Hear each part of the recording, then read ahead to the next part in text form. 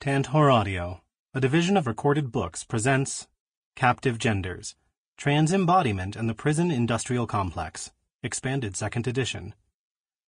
Edited by Eric A. Stanley and Nat Smith. Foreword by CeCe McDonald. Narrated by Cabral. Foreword by CeCe McDonald. My political education began while I was incarcerated for defending myself against a racist and transphobic attack. During my time in prison, I began reading books about revolutionary politics, like the autobiographies of Assata Shakur and Huey P. Newton, Angela Davis's Are Prisons Obsolete, and the first edition of Captive Genders.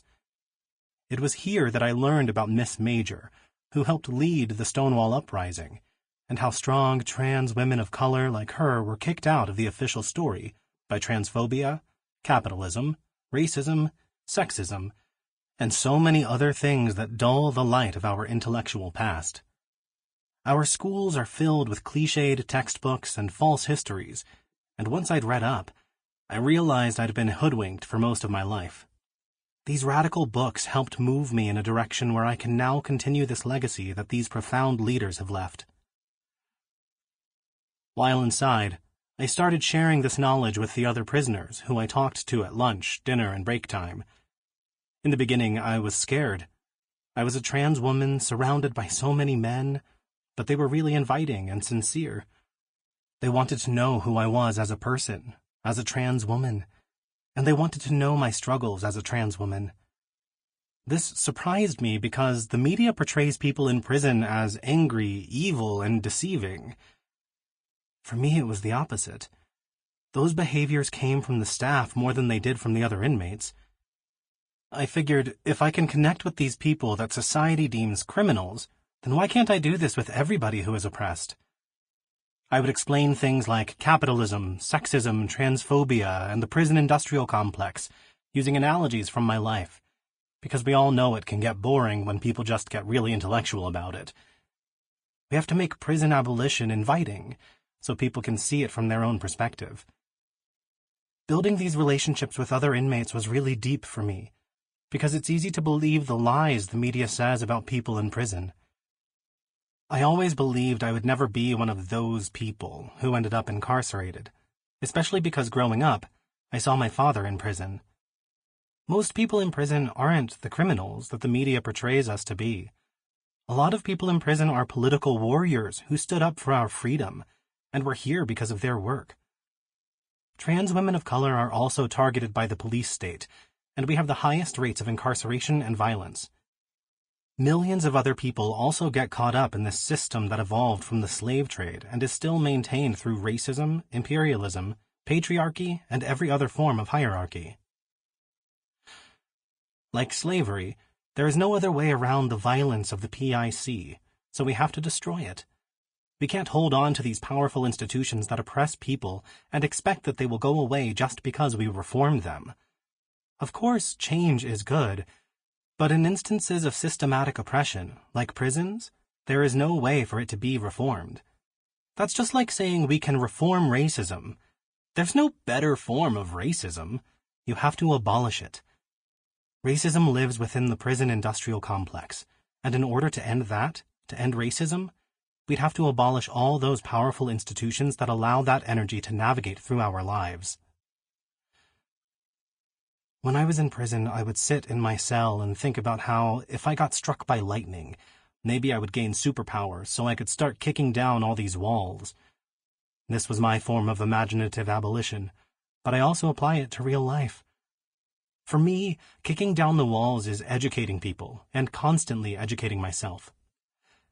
There are so many ways that we can work toward justice, but first we have to find out what justice actually is, without just throwing people in prison and believing that's it.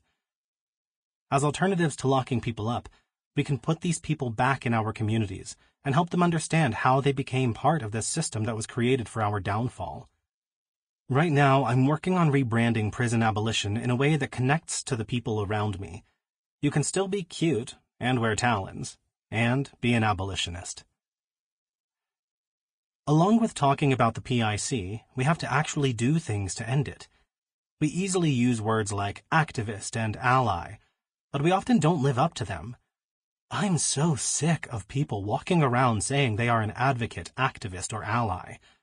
No, boo. If you say you showed up to a meeting once but just spend your day sitting online, that's not activism. There are people who put their lives on the line every day for us to just be able to walk outside. If you know me, you know that my slogan is, "The show ain't over because you can put a ring on it." The mainstream LGBTQIA community believes that because we now have gay marriage, everything is better. We have to understand that there might be progress, but we also have to look at the way trans women are being slain. There is so much work left to do, so if you say you are an activist, I'm going to hold you to that standard. And if you say you are an ally, I'm going to hold you to that standard. Currently, I'm working on a curriculum that's built off of books like Captive Genders for people who are in prison. I'm building an activist training program so that people in prison can use this information. It's going to be a school, basically, and I'm going to be one of the teachers. I'm also working on building an outside component of the program, so we can tell the Department of Corrections that once prisoners graduate from the program, we want these people to come work for us, which will hopefully help with people's parole. Our goal is to train people to come out of prison and to be ready to organize in the streets, and help end recidivism by making sure people have stable housing, a livable wage, and don't have to depend on the things that keep our people criminalized. It's fucked up to hear about the murders of trans women every day, but I don't think prison is the solution. People that murder trans women almost never get charged anyway. Ending violence against trans women of color without prisons is definitely achievable. It's just going to take more than 1 or 2 or 3 or 4 people. Abolition can happen, but we have to be willing to take initiative as a community. And I mean everybody, to want this, and to feel this, and to end mass incarceration. To get there, we need to end all oppression, and books like Captive Genders help us get there. For me, in a post-prison world, we will have free cookies for everybody, unicorns, and really cute clothes. It will be a transtopia. Outside of imagining prison abolition, we can hoot and holler and be mad all we want, but it's not going to mean shit unless we do the work, and we all in on this. Fugitive Flesh. Gender Self-Determination, Queer Abolition, and Trans Resistance. Eric A. Stanley. We always felt that the police were the real enemy. Sylvia Rivera. Bright lights shattered the dark anonymity of the dance floor. The flicker warned of the danger of the coming raid. Well experienced, people stopped dancing, changed clothing, removed or applied makeup, and got ready. The police entered, began examining everyone's IDs, and lined up the trans, gender non-conforming folks to be checked by an officer in the restroom to ensure that they were wearing the legally mandated 3 pieces of gender-appropriate clothing. Simultaneously, the cops started roughing up people, dragging them out front to the awaiting paddy wagon. In other words, it was a regular June night out on the town for trans and queer folks in 1969 New York City. As the legend goes, that night the cops did not receive their payoff, or they wanted to remind the patrons of their precarious existence. In the shadows of New York nightlife, the Stonewall Inn, like most other gay bars, was owned and run by the Mafia, which tended to have the connections within local government and the vice squad to know who to bribe in order to keep the bar raids at a minimum and the cash flowing. As the first few captured queers were forced into the paddy wagon, people hanging around outside the bar began throwing pocket change at the arresting officers. Then the bottles started flying, and then the bricks. With the majority of the patrons now outside the bar, a crowd of angry trans queer folks had gathered and forced the police to retreat back into the Stonewall. As their collective fury grew, a few people uprooted a parking meter and used it as a battering ram in hopes of knocking down the bar's door and escalating the physical confrontation with the cops. A tactical team was called to rescue the vice squad now barricaded inside the Stonewall. They eventually arrived, and the street battle raged for 2 more nights. In a blast of radical collectivity, trans, gender non-conforming folks, queers of color, butches, drag queens, hair fairies, homeless street youth, sex workers, and others took up arms and fought back against the generations of oppression that they were forced to survive. 40 years later, on a similarly muggy June night in 2009, history repeated itself.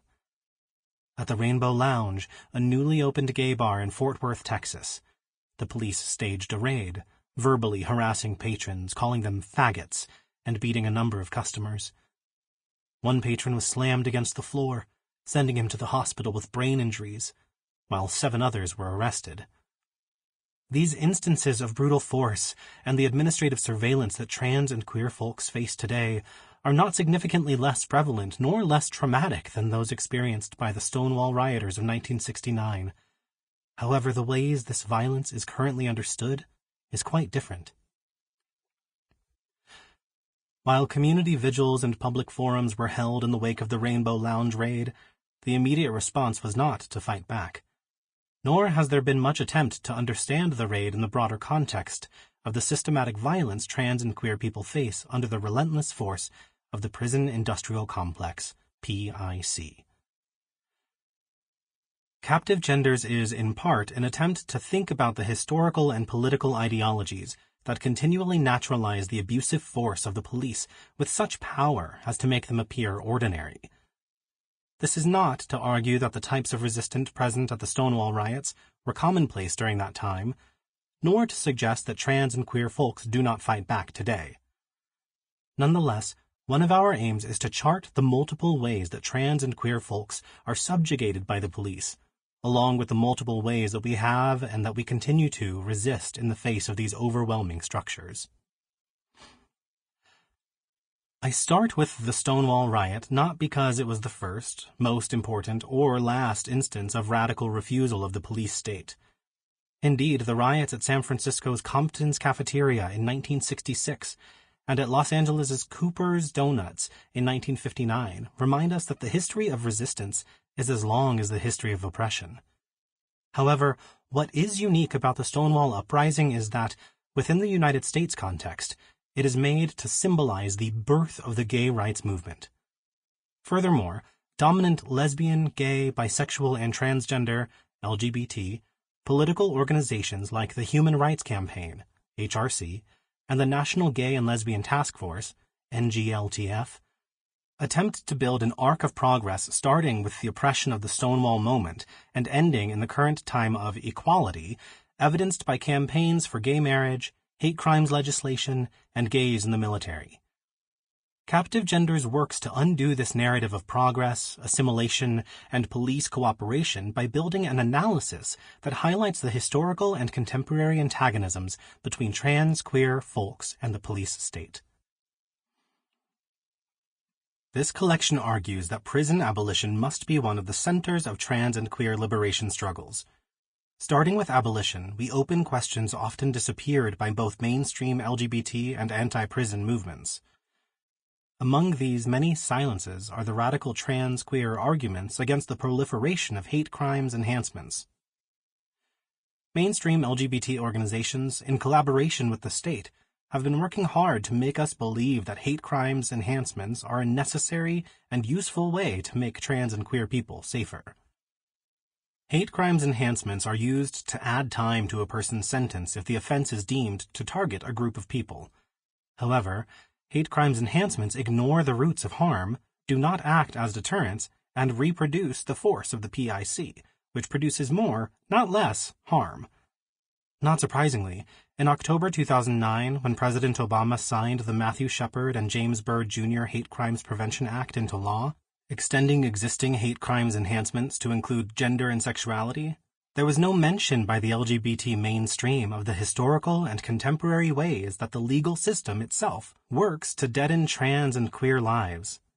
As antidote, this collection works to understand how gender, sexuality, race, ability, class, nationality, and other markers of difference are constricted, often to the point of liquidation in the name of a normative carceral state. Among the most volatile points of contact between state violence and one's body is the domain of gender. An understanding of these connections has produced much important activism and research that explores how non-trans women are uniquely harmed through disproportionate prison sentences, sexual assault while in custody, and non-existent medical care, coupled with other forms of violence. This work was and continues to be a necessary intervention in the ways that prison studies and activism have historically imagined the prisoner as always male, and have until recently rarely attended to the ways that gendered difference produces carceral differences. Similarly, queer studies and political organizing, along with the growing body of work that might be called trans studies, while attending to the work of gender, sexuality, and more recently to race and nationality, has, with important exceptions, had little to say about the force of imprisonment or about trans queer prisoners. Productively, we see this as both an absence and an opening for those of us working in trans queer studies to attend, in a way that centers the experiences of those most directly impacted, to the ways that the prison must emerge as one of the major sites of trans queer scholarship and political organizing. In moments of frustration, excitement, isolation, and solidarity, Captive Genders grew out of this friction as a rogue text, a necessarily unstable collection of voices, stories, analysis, and plans for action. What these pieces all have in common is that they suggest that gender, ability, and sexuality as written through race, class, and nationality must figure into any and all accounts of incarceration, even when they seem to be non-existent. Indeed, the oftentimes ghosted ways that gender and heteronormativity function most forcefully are in their presumed absence. In collaboration and sometimes in contestation, this project offers vital ways of understanding not only the specific experience of trans and queer prisoners, but also more broadly, the ways that regimes of normative sexuality and gender are organizing structures of the prison industrial complex. To be clear, Captive Genders is not offered as a definitive collection. Our hope is that it will work as a space where conversations and connections can multiply with the aim of making abolition flourish. Gender lockdown. Gender seems to always escape the confines of the language that we use to capture it. This makes for a difficult place of departure for a book that is about, among other things, gender. For sure, some firmly identify as one or more particular genders, while others have a more shifting relation via their racialized bodies, gendered desires, physical presentations, and the words available to comprehend these intersections. Neither a solidly fixed understanding of oneself nor a more fluid idea of gender is necessarily more radically deconstructive than the other. Transgender non-conforming folks are not the answer to the riddle of gender, nor are they immune to the assimilationist longing embodied by other marginalized people. To this end, a gendered identity, or any other identity, imagined outside the context of the political, offers very little. Here, then, we attempt to always understand gender and sexuality within the space of the political to build beyond generality. Furthermore, one's gender identification and sexual identification are always formed in a series of thick relations to each other. While we acknowledge that gender identity is not coterminous with sexuality, these connections must be carefully attended to as they cut through class, race, ability, and nationality, as well as time. Captive Genders offers no comprehensive theory of gender or sexuality that would be useful as an abstracted description. Nor does it assume that it represents the lived experiences of particular people beyond its authors. We do, however, highlight a number of tendencies that can and sometimes must become abstracted. For example, we know that trans women, particularly those of color, are disproportionately incarcerated in relation to non-trans people.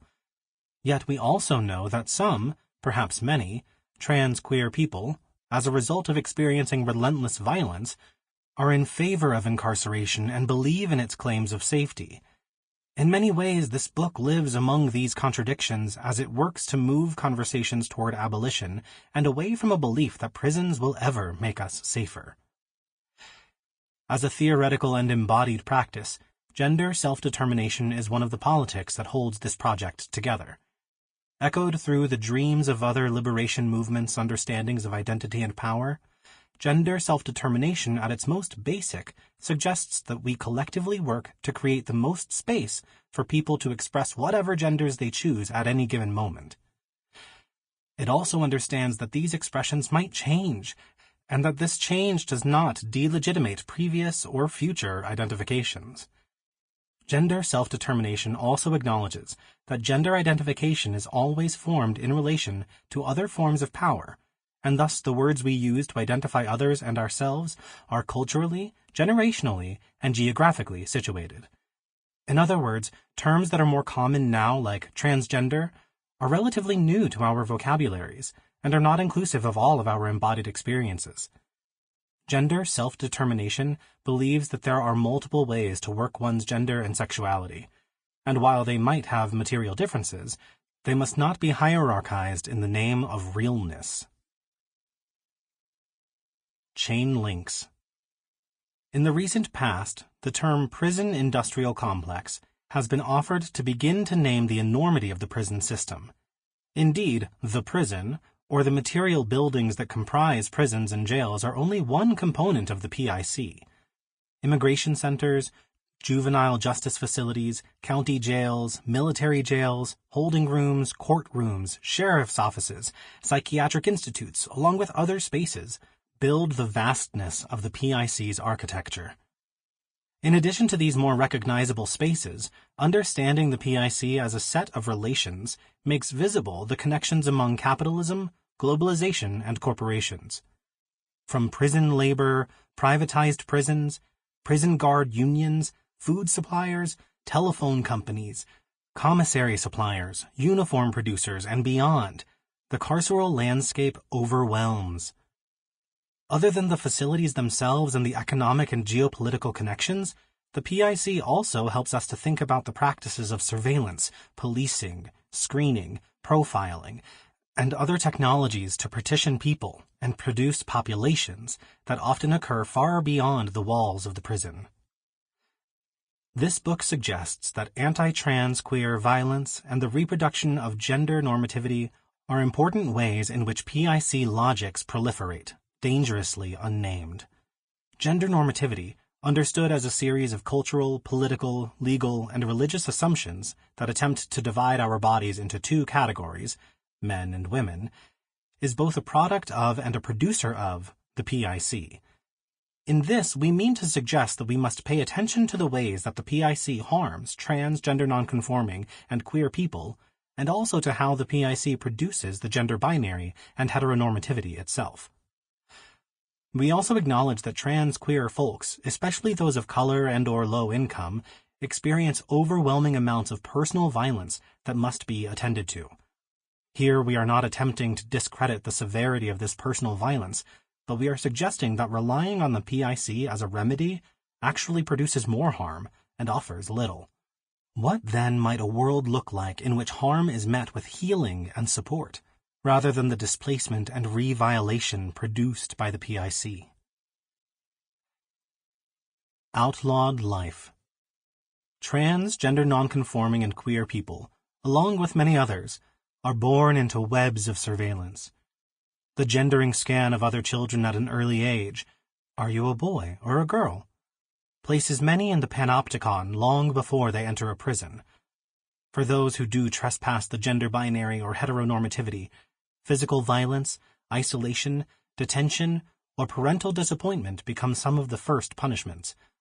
As has been well documented, many trans and queer youth are routinely harassed at school and kicked out of home at young ages, while others leave in hopes of escaping the mental and physical violence that they experience at schools and in their houses. Many trans queer youth learn how to survive in a hostile world. Often the informal economy becomes the only option for them to make money. Selling drugs, sex work, shoplifting, and scamming are among the few avenues that might ensure they have something to eat and a place to sleep at night.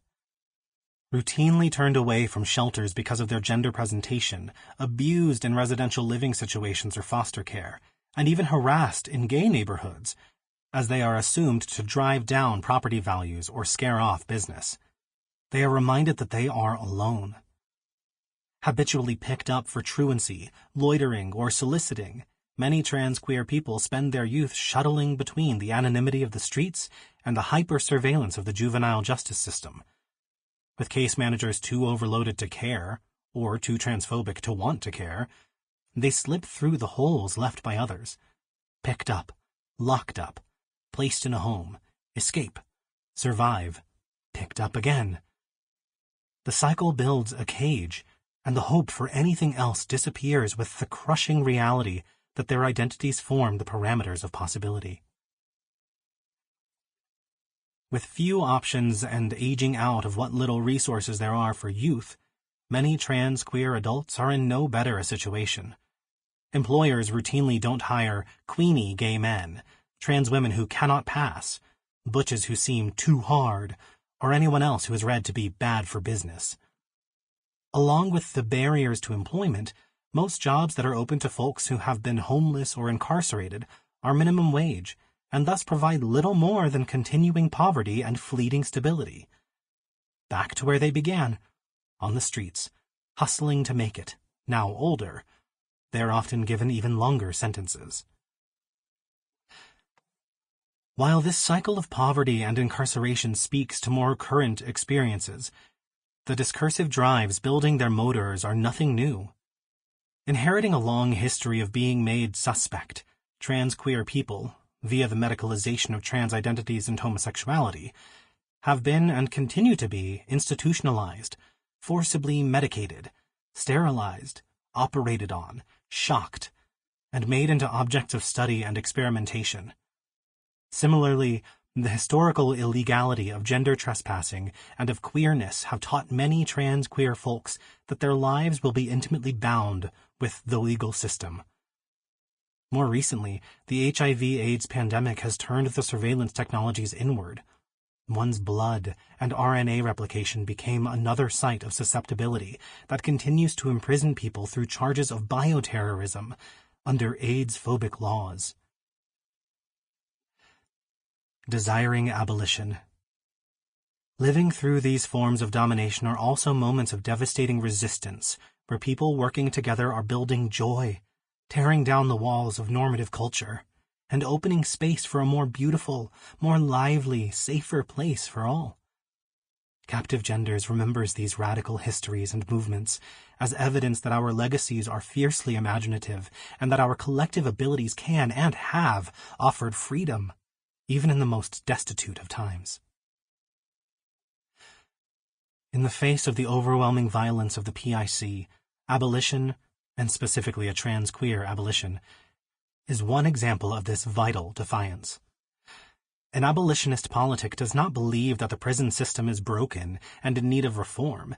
Indeed, it is, according to its own logic, working quite well.